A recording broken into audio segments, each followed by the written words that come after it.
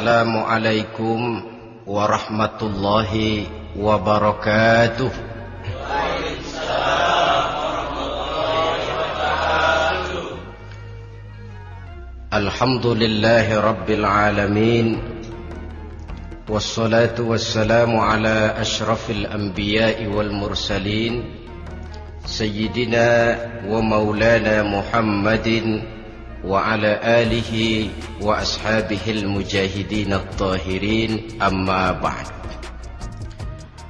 Saudara hadirin kaum muslimin rahimakumullah. Dalam kehidupan sehari-hari kita selalu berhadapan dengan dua hal yang berlawanan, dengan dua hal yang kontroversial kata orang sekarang, yang kita diharuskan memilih satu di antara kedua hal itu. Sejak kita bangun tidur sampai kita tidur lagi, selalu kita hadapi dua persoalan itu, yang benar dan yang salah, yang hak dan yang batil, yang pantas dan yang tercela, yang ma'ruf dan yang munkar. Persis seperti sebaik lagu yang lagi ngepop dan banyak dinyanyikan anak sekarang.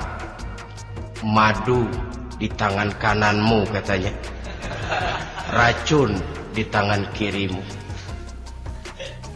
Tapi saya fikir-fikir, bagaimanapun kalau cuma sekedar madu di tangan kanan, racun di tangan kiri, adresnya jelas. Yang repot kalau kita sudah tidak tahu lagi mana yang madu, mana yang racun. Lebih celaka lagi di zaman sekarang, banyak racun mereknya madu. Kita terpedaya, kita terpesona, kita terpukau oleh racun yang bermerek madu ini. Kita minum dia, yang akibatnya rawan di dalam kehidupan kita. Sangat banyak racun-racun yang terpancang di sepanjang perjalanan hidup kita ini. Dan dua di antara racun kehidupan itu akan kita bicarakan pada pertemuan kali ini, yakni arak dan judi, minuman keras dan judi.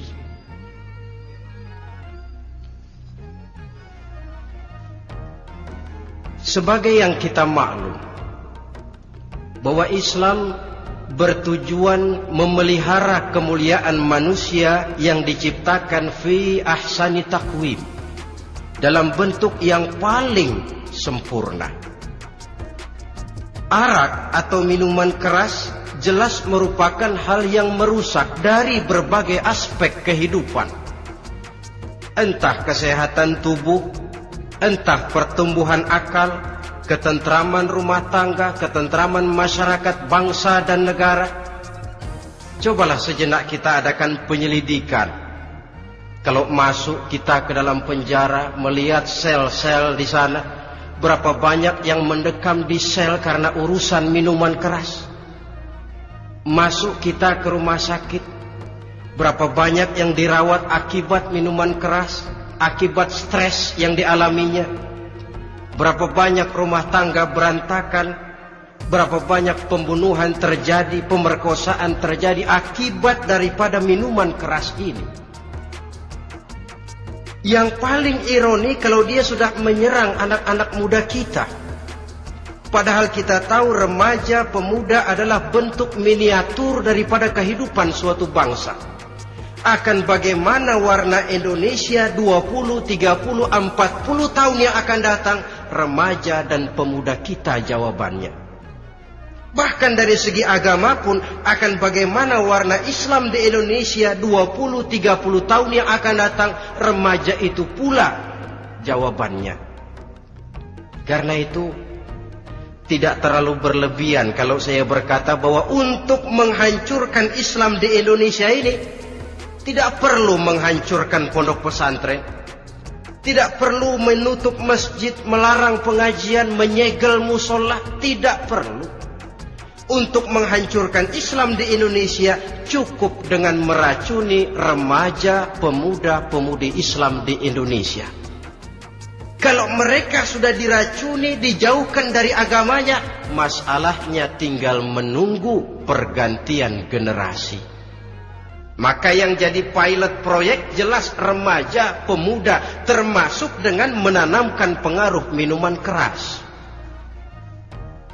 Ditanamkan ke tengah remaja kita ini untuk jauh dari tuntunan agama.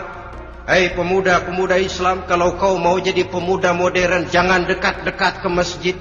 Masjid khusus 60 tahun ke atas.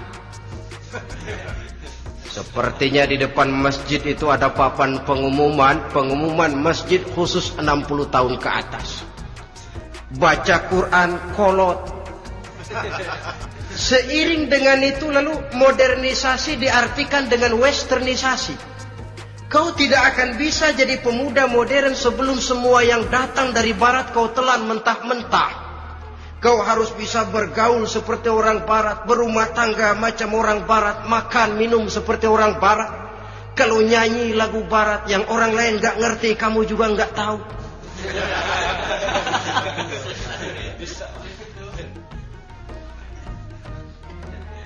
Anutlah itu free love yang pada gilirannya akan mengarah kepada free sex alias samenleven. Isaplah itu ganja, morfin, narkotik. Jikalau sudah terlena kita dengan itu, maka kehancuran suatu bangsa sesungguhnya sudah dimulai. Penyakit minuman keras ini bukan cuma penyakit zaman ini. Masyarakat yang dihadapi oleh Rasulullah Sallallahu Alaihi Wasallam 14 abad yang lalu juga masyarakat yang kemaruk dengan minuman keras. Arab jahiliyah kalau sudah minum arak mabuk, tidak cuma minum, dia mandi pakai arak. Sistem pendidikan yang disampaikan Islam bijaksana. Mula-mula diberikan gambaran bahwa arak itu walaupun ada manfaatnya tapi ada bahayanya, dan bahayanya jauh lebih besar daripada manfaatnya. Tahap kedua diberikan pesan jangan mendekati solat dalam keadaan mabuk. Padahal solat 1 hari 1 malam 5 kali, artinya makin jauh saja dia dari arak itu. Pada saat kondisi iman sudah memungkinkan, barulah turun vonis bahwa arak itu najis, perbuatan setan, jauhi. Yang ironi yang saya katakan tadi, racun mereknya madu. Kadang-kadang kita dibuai dengan iklan yang tidak mendidik.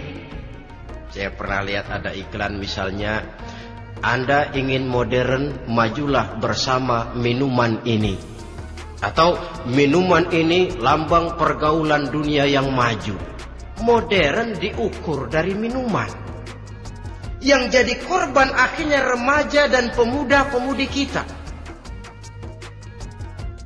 Saya teringat satu analisa dari Rasulullah Sallallahu Alaihi Wasallam. Beliau bersabda, Inna min asyratis sa'ah, sesungguhnya di antara tanda-tanda kiamat. Apa kiamat itu? Dalam arti yang umum, kiamat itu saat dimana alam ini hancur, bumi gempa, air laut tumpah ke darat, gunung meletus, planet-planet bertabrakan, lalu semua yang bernama hidup mati.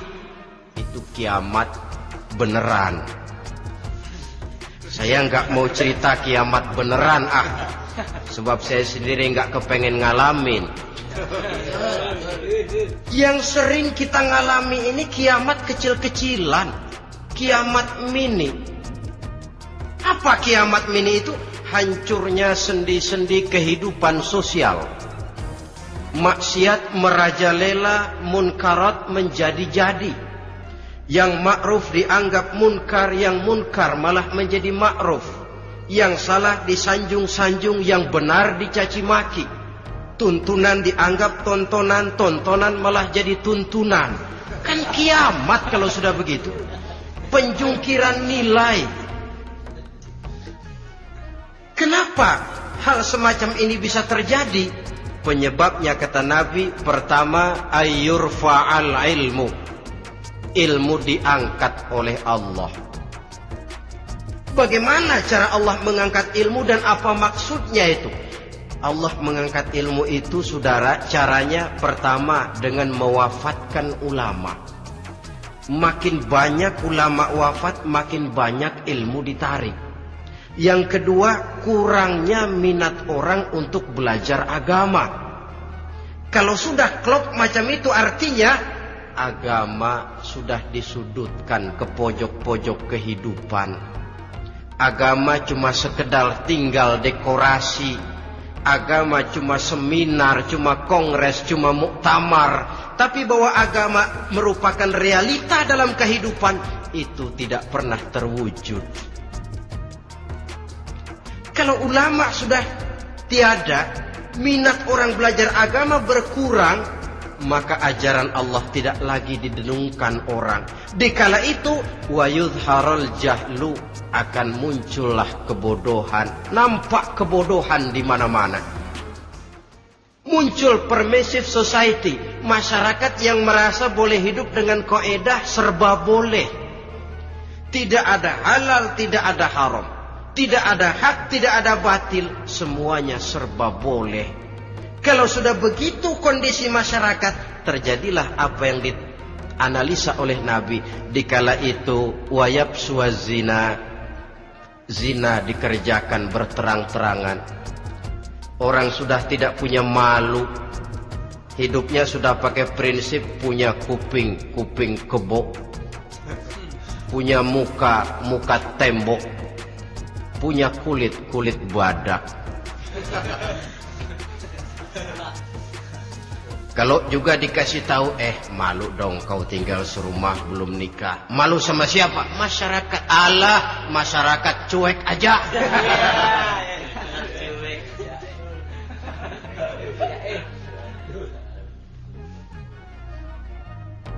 Bukankah realita kalau kita ikuti surat-surat kabar, berapa banyak sudah gadis-gadis bergelimpangan jadi korban?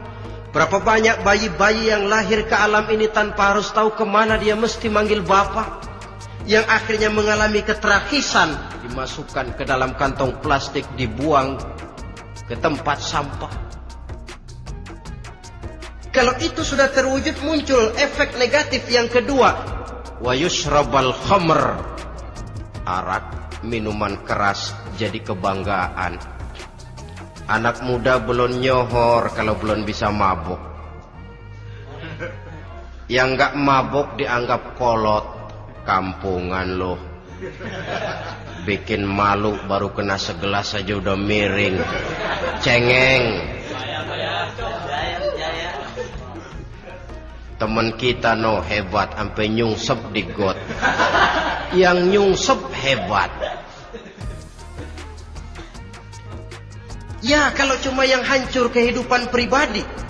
Tapi kalau sudah menyangkut masa depan, yang berarti masa depan suatu generasi adalah merupakan masa depan daripada suatu bangsa. Begitu kerasnya Islam ini melarang minuman keras, sampai bukan cuma sekedar meminumnya saja yang diharamkan, tetapi juga dilarang mengimportnya, memproduksinya, membuka warung yang menjual minuman keras, atau bekerja di tempat penjualan minuman keras. Ada juga yang nyerempet-nyerempet, Pak, kalau sedikit kan nggak apa-apa, nggak mabuk ini. Nah, saya ingatkan hadis Nabi diriwayatkan oleh Imam Ahmad, Abu Daud dan Turmuzi. Nabi bersabda, ma askara kathiruhu faqaliluhu haramun. Apa yang banyaknya menyebabkan mabuk, sedikitnya pun tetap haram hukumnya. Memang barangkali mungkin ada manfaatnya, tetapi bahayanya jelas lebih besar ketimbang manfaat yang bisa timbul daripada jenis minuman keras itu sendiri. Dalam hadis lain Nabi pesankan, man kana yu'minu billahi wal yawmil akhir fala yaq'udu ala ma'idatin taduru 'alaihal khamru.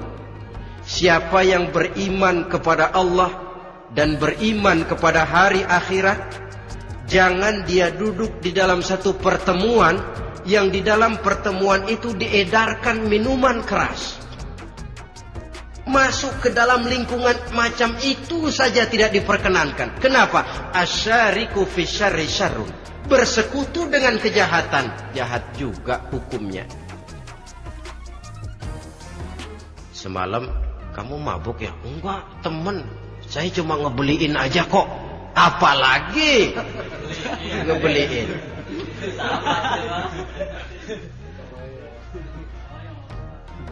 Sebab apa? Dalam keadaan mabuk, orang tidak lagi bisa berpikir secara logik. Daya kontrol hilang, artinya perbuatan sudah tidak terkontrol lagi. Yang pertama. Yang kedua, IQ tidak akan tumbuh dan berkembang secara normal seperti yang kita harapkan. Yang ketiga, harga diri akan runtuh hancur di tengah masyarakat.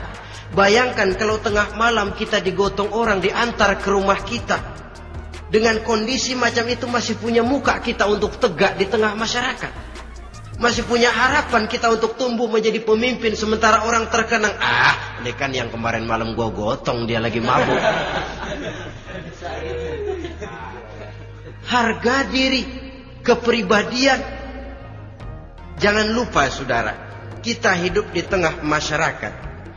Masyarakat itu punya hukum yang tidak tertulis, tapi lebih kuat dan lebih kejam daripada hukum tertulis. Orang bilang, sekali arang tercoreng di dahi, seumur hidup orang akan tetap ingat. Makanya Rasulullah dalam hadis memberikan tamsil untuk adik-adik remaja muslim ini, masalul mu'min kamasalin nahli. Perumpamaan orang yang beriman itu persis seperti tawon. Mentalitas orang mukmin persis tawon. Apa mentalitas tawon? Kalau kita ngaji bab tawon, kita renungi apa keistimewaan tawon. Saya lihat-lihat, ternyata tawon itu punya 4 keistimewaan. Pertama, tawon itu yang dihisap selalu saripati bunga. Bagus makanannya. Belum pernah tawon keliru makan.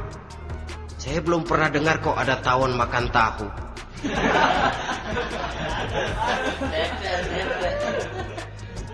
Yang dimakan selalu saripati bunga. Artinya apa? Orang mukmin perutnya itu perut selektif. Yang dimakan yang baik-baik, yang diminum yang baik-baik. Yang baik menurut agama itu adalah yang halal, thayyibat. Perutnya selektif, bukan perut asbak. Kalau asbak puntung apa saja masuk ke dalamnya. Tapi mukmin perutnya ini selektif. Daging kambing masuk, tahu masuk, kangkung masuk, kodok minggir. Air kelapa minum, kopi minum. Tapi kalau sudah berbau minuman keras, minggir.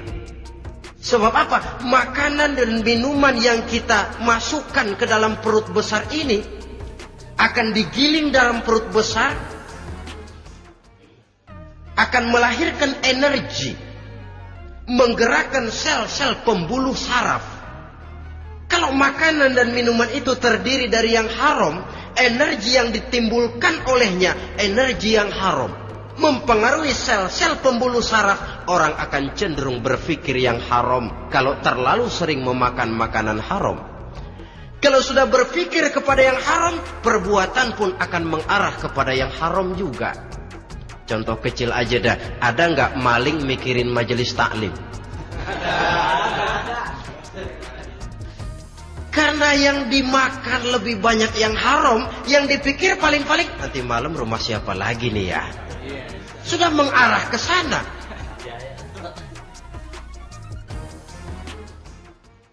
Saripati bunga yang dimakan tawon itu. Lalu tawon yang kedua saya lihat yang dikeluarkan selalu madu. Artinya apa orang mukmin itu? Kalau dia berkata, perkataannya mengenakan orang. Kalau dia berbuat, perbuatannya membawa manfaat bagi orang. Kalau kakinya melangkah, tentu ke tempat yang ada gunanya. Yang dikeluarkan madu, bukan racun. Indah tawon itu. Yang ketiga, tawon saya lihat, kemanapun dia hinggap, tidak ada dahan patah. Artinya apa? Orang mukmin dimanapun dia tinggal, kemanapun dia pergi, pantang jadi biang kerok buat lingkungannya, pantang menimbulkan kerusuhan dan keonaran. Tidak ada cabang patah dimanapun tawon hinggap. Tapi juga yang keempat, saya lihat-lihat tawon itu jangan coba-coba diusik. Satu kali dia diusik, kemana orang lari? Nyilem masih ditungguin. Tawon. Tapi kalau nggak diusik, nggak ada tawon usil ke pasar nyariin orang. Ketika dia diusik, inilah saatnya saya harus mempertahankan kehormatan diri saya. Dia pun bangkit. Artinya apa? Orang mukmin tidak boleh nyari-nyari musuh. Tapi ketemu musuh tidak boleh lari. Musuh jangan dicari, bertemu pun jangan lari. Mentalitas orang mukmin seperti tawon. Yang dimakan baik, yang dikeluarkan baik. Kemana dia tinggal tidak menimbulkan keonaran buat masyarakat. Tapi juga sanggup menjaga dan mempertahankan kehormatan dirinya. Kalau konteksnya dengan masalah yang sedang kita bicarakan, minuman keras. Saya katakan tadi, kita kadang-kadang salah pilih. Tertipu oleh racun yang bermerek madu. Ada minuman empuk, nyari yang keras. Salah pilih. Ketahuan orang bikin pel buat anjing, manusia yang nelen. Akhirnya miring kayak anjing. Saudara, mari kita renungi An-Nisa ayat 140. Allah Subhanahu wa taala mengingatkan, "Qad nazzala 'alaikum fil kitabi أن إذا سمعتم آيات الله يكفر بها ويستهزأ بها فلا تقعدوا معهم حتى يخوضوا في حديث غيره إنكم إذا مثلهم." Sungguh kata Allah, telah diturunkan kitab Al-Quran ini kepada kamu, yang apabila kamu dengar ayat-ayat Allah itu diingkari orang, diejek-ejek orang, fala taqudu ma'ahum, jangan kamu duduk bersama orang-orang semacam itu. Bagaimana mengejek ayat-ayat Allah misalnya? Tahu kalau minuman keras itu diharamkan, tapi masih minum juga, itu kan mengejek ayat namanya. Duduk di majelis semacam itu dilarang oleh Quran. Kenapa? Innakum izam misluhum. Kalau kamu juga duduk di majelis semacam itu, kau dan mereka sama saja, kata Quran. Sama saja. Tahu kalau minuman yang memabukkan itu diharamkan agama, tapi diminumnya juga mengejek ayat Allah. Duduk di tengah kelompok mereka berarti ikut mengejek ayat Allah. Dekat saja pun jangan, entahlah lagi sampai meminumnya. Maaf, bukankah Allah menurunkan Al-Quran kepada manusia, kata Imam Al-Ghazali, persis, maaflah, seperti gubernur berkirim surat kepada Pak Lurah. Dalam suratnya Pak Gubernur bilang, Pak Lurah, tolong carikan tanah di daerah Kebayoran untuk sekolah 6.000 meter. Pak Lurah dapat surat dari Pak Gubernur, bangga bukan main. Itu surat sore, pagi, siang, malam dibaca. Ditaruh di tempat yang tinggi. Diberikan minyak wangi, mau diambil, dicium dulu. Dibawa dengan penuh hormat dan hati-hati. Tapi tanah yang dipesan Pak Gubernur tidak dicari-cariin.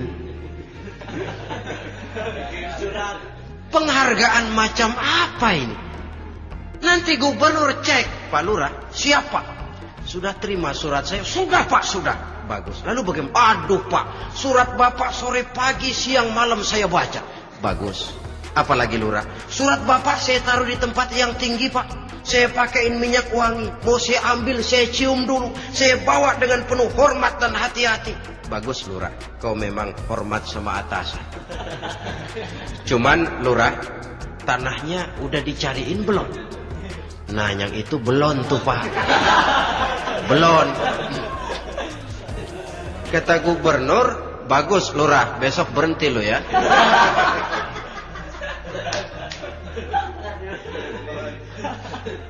Membacanya memang penting. Al-muta'abbad bitilawatihi, beribadah dari sebab membacanya. Tapi setelah kita baca, kita tahu isinya. What next? Mau apa kita dengan isinya itu? Jangan yang kita baca kita injak-injak. Itulah ironinya. Bagaimana Quran itu mau membawa keberkahan dalam hidup ini, kalau yang kita baca sering kita injak-injak.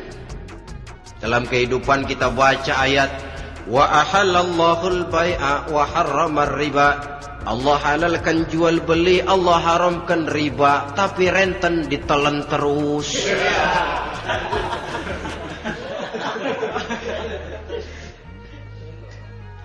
Kita baca ayat wa'tasimu bihablillahi jami'an wa la tafarraqu. Berpegang teguhlah kamu kepada tali Allah, jangan bercerai-berai. Tapi sesama muslim pelotot-pelototan jalan terus. Janganlah yang sesama muslim kadang-kadang yang mengklaim dirinya sebagai pemimpin Islam kelihatannya juga sikut-sikutan jalan terus.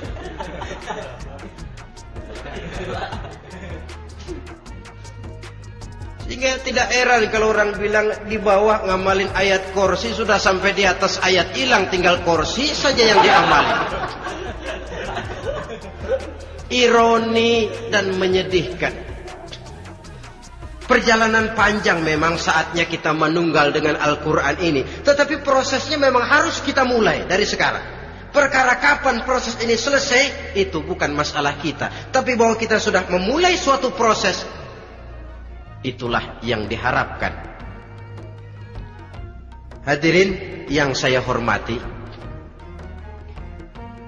oleh karena kerasnya peringatan Islam terhadap minuman keras, pernah satu hari seorang lapor kepada Khalifah Umar bin Abdul Aziz bahwa ada sekelompok orang berkumpul meminum minuman keras.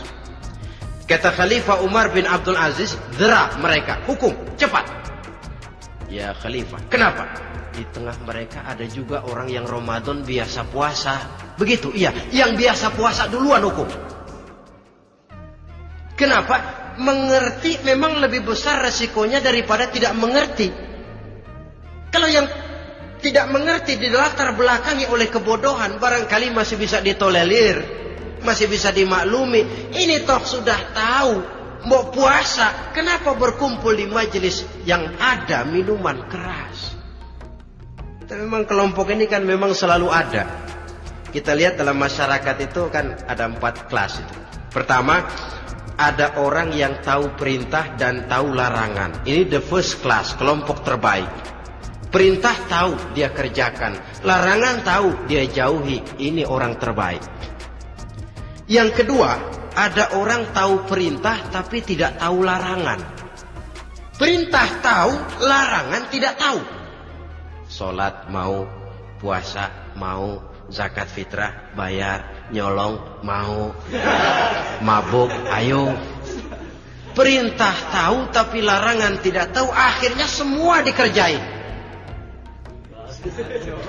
Barangkali yang rada bingung malaikat bagaimana nyatatnya ini, kotor absen.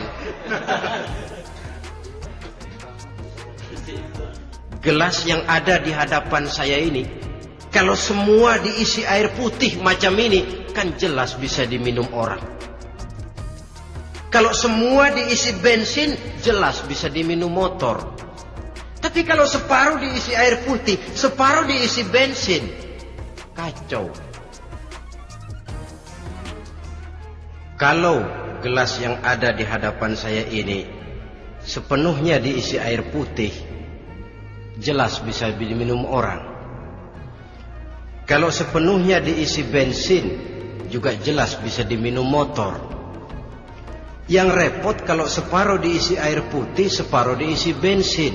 Kacau statusnya. Orang minum mabuk, motor minum pun mogok. Dijual juga tidak laku barang campuran. Inilah makna pernyataan Allah, wala talbisul haqqa bil batil. Jangan kamu campur adukan antara yang hak dan yang batil. Perintah dikerjakan, larangan pun dikerjakan juga.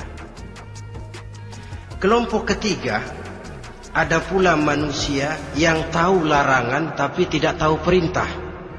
Larangan tahu tapi perintah tidak tahu. Jahat sama tetangga tidak. Mencuri tidak, mabuk tidak, zina tidak, sholat tidak, puasa tidak, polos, semua serba tidak. Dan yang terakhir, kelompok keempat, perintah tidak tahu, larangan pun tidak tahu. Ini masuk kelompok makhluk gratis. Misalnya kambing, ayam, kerbau, itu kan makhluk-makhluk yang memang perintah tidak tahu, pun larangan juga tidak tahu. Nah, dalam hubungannya dengan ini, saya mengajak, marilah kita berusaha sekuat mungkin menjauhkan diri dari minuman keras yang jelas bahayanya dengan hidup tidak jauh dari bimbingan agama. Hadirin kaum muslimin rahimakumullah. Kawan seiring dan sejalan dari minuman keras, judi namanya. Saudara kembar barangkali. Yang satu sering menimbulkan yang lain, tetapi bukan tak jarang keduanya berjalan berdampingan. Posisi judi dan arak ini dalam Quran sama bahayanya. Apa sebab? Mentalitas judi adalah mentalitas sirkeless, lingkaran setan. Artinya yang menang biasanya ketagihan, yang kalah biasanya penasaran. Ini yang menyebabkan orang tidak mau berhenti. Kalau dia menang, dia ingin mencoba untuk menang dalam jumlah yang jauh lebih besar lagi. Kalau dia kalah, dia penasaran, kenapa hari ini kalah? Barangkali sial, besok malam saya tebus. Mental semacam ini memang sulit untuk berhenti. Kenapa judi diharamkan dalam Islam? Pertama, seorang muslim di dalam berusaha mencari harta, dia harus mengikuti sunnatullah. Kata kita orang muslim, hukum alam kata orang sekarang, natural of law bahasa kerennya. Berusaha menurut hukum kausal, memasuki rumah dari pintunya, menunggu suatu akibat dari sebab yang kita lakukan. Bahwa kalau begini mesti begitu. Karena kita memang terikat oleh permainan yang disebut hukum alam ini. Hidup bukan undian, jangan mengharap untung besar tanpa mau peras keringat. Satu pagi Khalifah Umar bin Khattab radhiyallahu an masuk ke masjid. Beliau lihat ada orang sedang berdoa khusyuk betul. Ditunggunya 2 menit, 3 menit, sampai 10 menit lebih belum juga selesai. Agak lama orang itu berdoa. Selesai berdoa, dihampiri orang itu oleh Sayyidina Umar. Beliau tanya, saudara, lagi apa? Tadi itu berdoa ya Khalifah. Minta kepada Allah? Tentu minta kepada Allah. Minta apa kamu? Minta rezeki. Sudah lama? Dari tadi habis sembahyang subuh. Dapat? Belum. Ya memang kata Sayyidina Umar, inna sama la tumtiru zahaban wala fiddatan. Langit itu tidak mungkin akan menghujankan emas, tidak mungkin pula menghujankan perak. Jadi orang dilarang duduk bermalas-malas menunggu keajaiban yang datang dari langit. Karena memang hidup ini bukan undian, jadi jangan mengharap untung besar tanpa mau peras keringat. Di dalam berusaha kita terikat oleh sunnatullah. Kalau begini sebab penyebabnya, akan begini akibat yang ditimbulkannya. Yang kedua, Islam menjadikan harta manusia itu sebagai benda berharga yang dilindungi.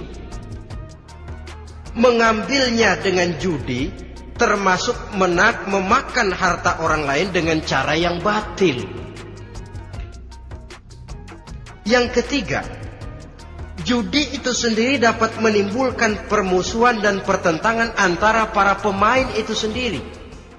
Meskipun kelihatannya kompak duduk dalam satu meja yang saling berhadap-hadapan, yang kalah kelihatannya pasrah, tetapi kan itu cuma kulit permukaan. Batinnya bagaimanapun juga yang kalah itu tetap mendendam. Sedangkan yang kalah di samping mendendam juga mengomel, mencaci mungkin ya lawan bermainnya, ya mungkin juga dirinya sendiri. Dan yang keempat, judi itu merusak aktivitas hidup, membuat orang membuang waktu dengan tidak terasa, dan yang pada gilirannya melupakan orang kepada tanggung jawab. Wah, kalau sudah memegang kartu, konon kabarnya, saya sendiri alhamdulillah belum pernah, lupalah orang anak, lupalah orang kepada istri, lupalah orang kepada tanggung jawab. Waktu pun berlalu tanpa terasa. Apalagi kalau sudah diiming-iming oleh gambaran akan memperoleh keuntungan yang besar. Termasuk di dalam judi itu undian, apapun namanya. Yang usaha ke arah ini seharusnya tidak dipermudah, walaupun dengan embel-embel dana kemanusiaan, sumbangan sosial. Saya tidak begitu yakin, saudara, bahwa bangsa Indonesia ini sudah begitu menipis rasa kemanusiaannya, sehingga untuk berlaku sosial mesti diimbangi dengan hadiah sekian juta rupiah. Saya tidak percaya bahwa umat Islam di Indonesia sudah begitu tipis rasa kasih sayangnya kepada sesama, sehingga sulit mengeluarkan bantuan kalau tidak diimbangi dengan hadiah yang sekian puluh juta rupiah. Yang saya khawatir apa? Pada gilirannya di negeri ini akan makin banyak penghayal-penghayal kelas berat, tukang-tukang lamun kelas tinggi, yang hidup cuma ngumpulin jikalau. Jikalau, andai kata, umpama misalnya orang sudah kemana-mana, kita masih menghitung jikalau.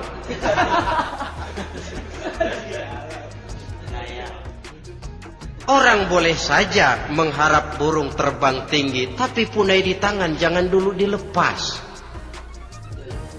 Artinya, idealisme silahkan terbang setinggi langit, tapi kaki harus tetap berpijak di alam realita. Bahwa memang lebih baik makan singkong dalam kenyataan daripada makan roti tapi ngimpi.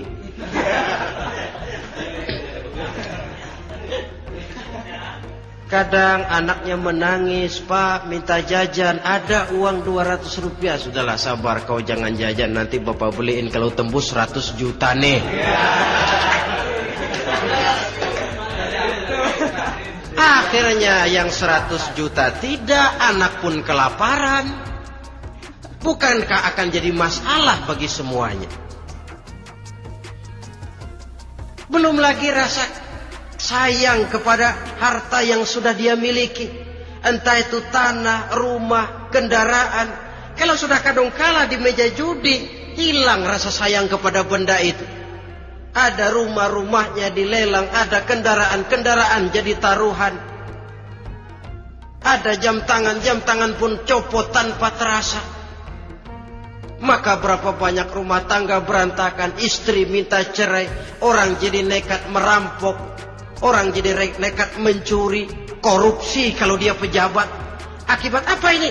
pengaruh yang namanya judi. Saudara kaum muslimin, ma'asyiral muslimin rahimakumullah. Itu sebabnya di dalam surah Al-Maidah ayat 90 Allah menekankan, innamal khamru wal maisir wal ansab wal azlam rijsun min amali syaitan fajtanibuhu la'allakum tuflihun. Sesungguhnya arak, judi, berhala, mengundi nasib itu rijsun. Ya Allah, jarang benar Quran menggunakan kalimat rijsun. Rijsun ini sudah merupakan puncak kekotoran. Bapak moyangnya najis, itu rijsun. Rijsun, kotor. Sudah kotor ditambah pula min amali syaitan, pekerjaan setan. Fajtanibuhu, jauhi. Jangan sampai main, dekat saja tidak boleh, jauhi. La'allakum tuflihun, jikalau kamu mau menjadi orang-orang yang beruntung. Sejarah tidak pernah mencatat ada orang jadi miliuner karena judi.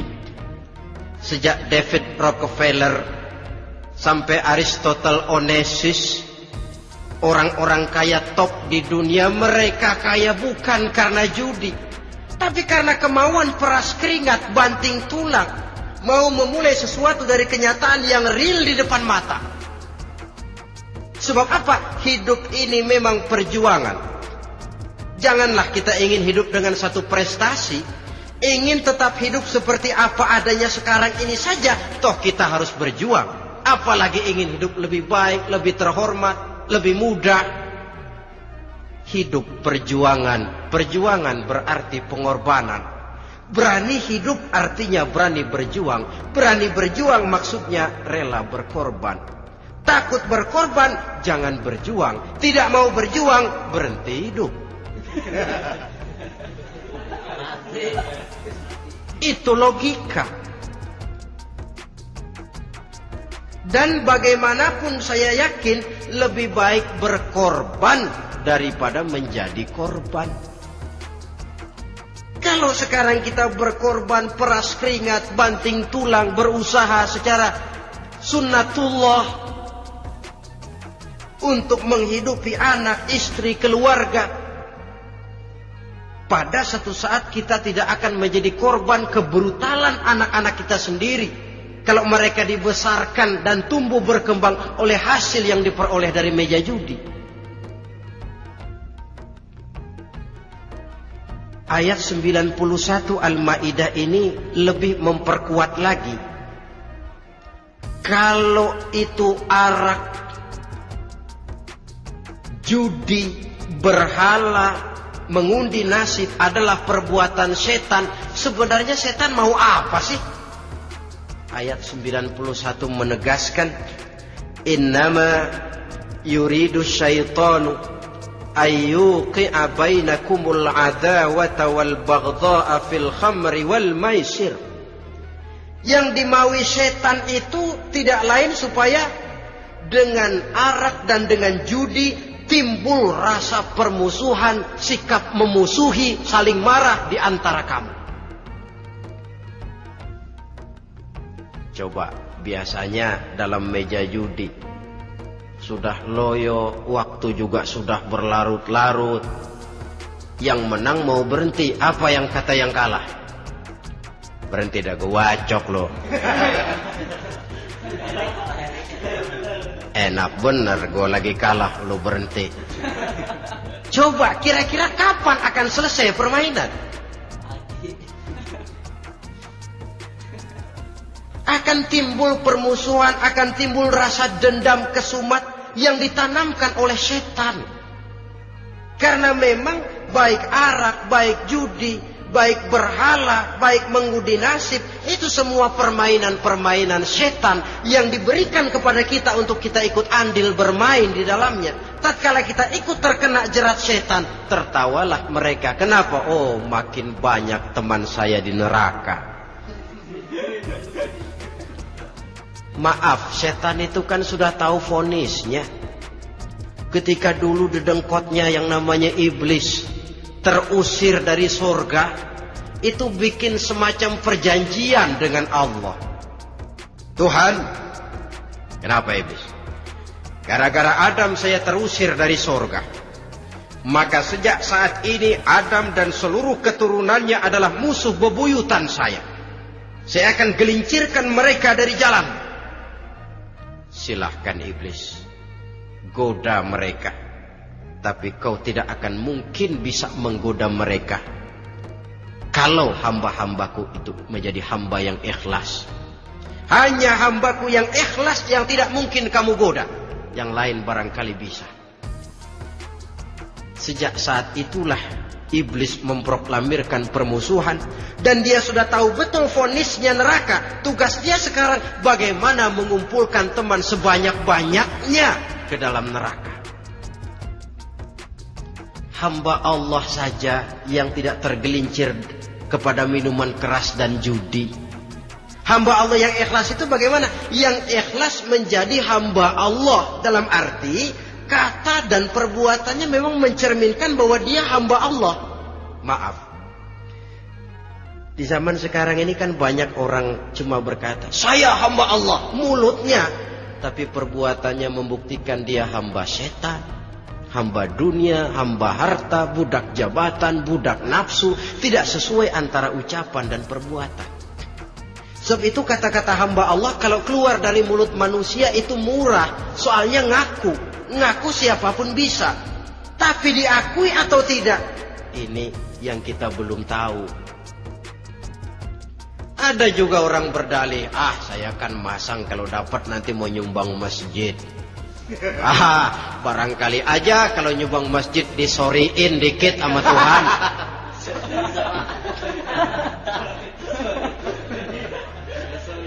Apa bisa begitu? Saudara, kita tidak mungkin mencuci kain dengan air najis. Innallaha thayyibun, kata Nabi, la yaqbalu illa thayyiba. Allah itu baik dan hanya menerima yang baik.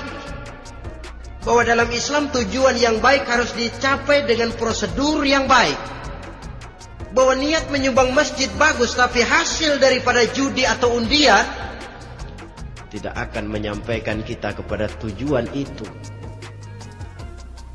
Tidak boleh mencuri kain walaupun niatnya untuk sholat.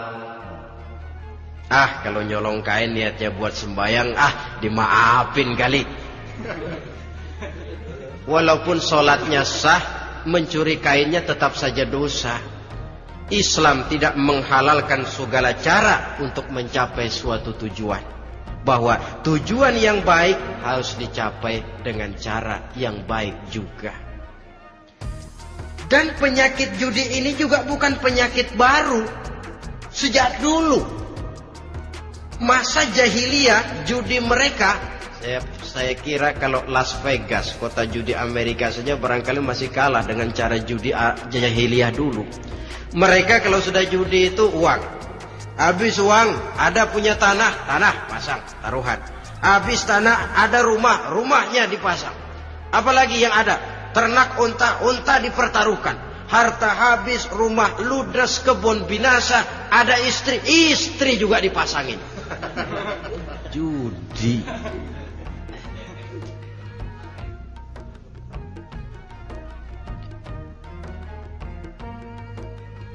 Kita sebagai muslim, oleh Al-Quran dijelaskan orang yang mempunyai dua tujuan hidup. Pertama, tujuan jangka pendek. Yang kedua, tujuan jangka panjang. Tujuan jangka pendek dunia dan seluruh isinya.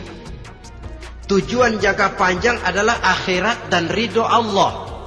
Ini yang terpantul dalam doa setiap kita. Rabbana atina fid dunya hasanah wa fil akhirati hasanah. Tercapai tujuan jangka pendek fid dunya hasanah dan tujuan jangka panjang wa fil akhirati hasanah. Untuk mencapai tujuan jangka pendek, merangkul dunia dan seluruh isinya, apa yang jadi modal utama? Pertama, pendidikan. Makin tinggi jenjang karier pendidikan yang kita tempuh, rasa-rasanya makin mudah menjangkau dunia dan isinya. Yang kedua, pengalaman. Tenaga expert masih tetap diperlukan. Makin banyak pengalaman, makin mudah menjangkau dunia. Yang ketiga, dan ini ada tapi tidak bisa dijadikan pegangan, faktor nasib. Faktor kebetulan ada, tapi tidak bisa dijadikan pegangan mutlak. Pendidikan, pengalaman, ingin menjangkau fid dunia hasanah, ini modal utama. Lalu untuk mencapai fil akhirati hasanah, prestasi ibadah. Bagaimanapun tinggi pangkat dan jabatan kita, bagaimanapun banyak gelar kita sandang, tanpa prestasi ibadah, nol besar kita dalam pandangan Allah. Itu sebabnya kita sholat. Jadi tidak beralasan kalau orang ditanya, kenapa sih kamu nggak sholat? Ah, tetangga saya sholat melarat terus. Memang sholat itu bukan untuk mencari uang kok. Kalau ada orang yang rajin sholat, rezekinya kelihatan lancar, itu cuma sekedar persekot. Uang muka, cashnya tetap di akhirat nanti. Efeknya apa? Karena kita punya tujuan jangka panjang, mengharap ridho Allah di akhirat. Cara kita mencapai tujuan jangka pendek dibatasi oleh pertanyaan, Allah ridho apa enggak? Kita cari uang, tapi pertanyaan pokok, Allah ridho enggak cara ini? Kita mengejar kedudukan, tapi Allah ridho enggak dengan cara ini? Ini yang menyebabkan kita lantas tidak lalu menghalalkan segala cara. Yang penting tujuan tercapai, cara apapun halal. PKI kan cuma PKI yang berprinsip asal tujuan tercapai, cara apapun halal. Dan kita sudah sepakat PKI dan seluruh ajarannya tidak berhak hidup di bumi Pancasila ini. Cuma jangan sekedar PKI-nya dikutuk tapi ajarannya dipakai.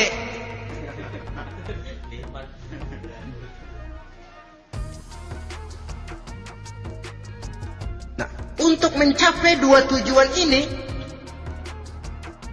Islam mengajarkan sistem keseimbangan. Sehingga Nabi sabdakan, "I'mal li dunyaka ka'annaka ta'ishu abada wa'mal li akhiratika ka'annaka tamutu ghada." Bekerjalah buat duniamu seolah-olah kau akan hidup untuk selamanya, tetapi bekerjalah untuk akhiratmu seolah-olah kau akan mati besok. Jadi kalau kita sudah sholat menghadap Allah, usolli fardul maghrib, Allahu Akbar, ingat seolah-olah kita akan mati besok supaya timbul khusyuknya. Tapi kalau kita sudah bekerja, kuliah, bekerja, belajar di tempat tugas, ingat seolah-olah kita akan hidup selamanya supaya timbul gairah kerja. Jangan dibalik. Di kantor ingat mati, lemas terus. Ngapain kerja sungguh-sungguh bakalan mati. Lagi sholat ingat Duta Merlin, Altiron Plaza, ya kacau. Salah pasang, tidak pada tempatnya. Untuk mencapai fid dunya hasanah ini, Islam mengajarkan tempuh jalur yang mengikuti sunnatullah. Itu yang dihargai oleh agama. Terikat oleh hukum kausal bahwa kalau ini yang saya usahakan hasilnya akan begini. Perkara nanti hasil tidak seperti yang kita harapkan, baik sangkalah kita kepada Allah. Sebab kita tidak tahu rahasia apa di belakang itu.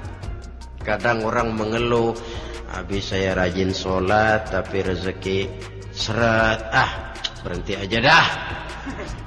Kita tidak tahu rahasia di belakang itu. Pernah hadirin, satu hari seorang petani, dia selesai bekerja di ladang, istirahat. Dia tidur di bawah sebuah pohon beringin. Di sebelah pohon beringin itu ada pohon labu. Dia berpikir, kalau saya lihat-lihat Tuhan nggak adil katanya. Masa pohon beringin pohonnya besar, buahnya kecil. Pohon labu pohonnya kecil, buahnya gede. Tuhan bukan arsitek ulung ini kan.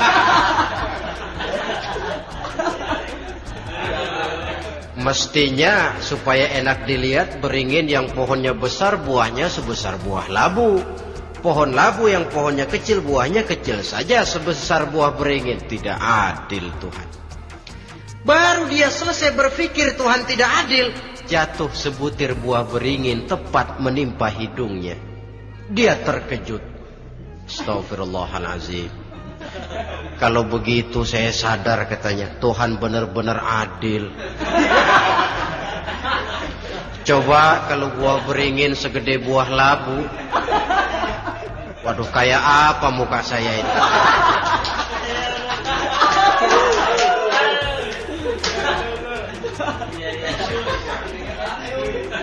Baru terbuka pandangan matanya setelah berhadapan dengan kenyataan.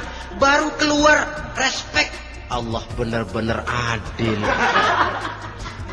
Padahal semenit yang lalu dia masih berkata, Tuhan bukan arsitek ulung. Tapi semenit kemudian setelah berhadapan dengan kenyataan yang real dia hadapi, wah, Allah benar-benar adil.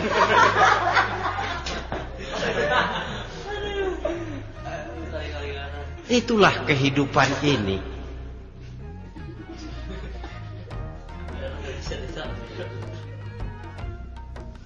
Saudara hadirin yang saya hormati, karena itu baik arak, baik judi, dua-duanya merupakan bahaya laten yang tidak hanya mengancam kehidupan agama, tetapi juga masyarakat, bangsa dan negara, apalagi kalau sudah jatuh kepada generasi penerus. Dan yang bagaimanapun juga saya berpikir sebenarnya remaja, pemuda, pemudi kita cuma korban dari suatu sistem. Sebab ini merupakan tanggung jawab bersama. Ulama mubalik macam saya paling wewenangnya cuma ngomong. Yang punya SK untuk memberhentikan pabrik minuman keras itu kan Menteri Perindustrian. Tangan-tangan eksekutif. Sehingga kalau Nabi katakan, Man ra'a minkum munkaran falyughayyir biyadihi wa illam yastati' fa bilisanih wa illam yastati' fa biqalbi. Apabila salah seorang kamu melihat suatu kemunkaran, termasuk minuman keras dan judi di dalamnya, rubah itu. Dengan cara apa?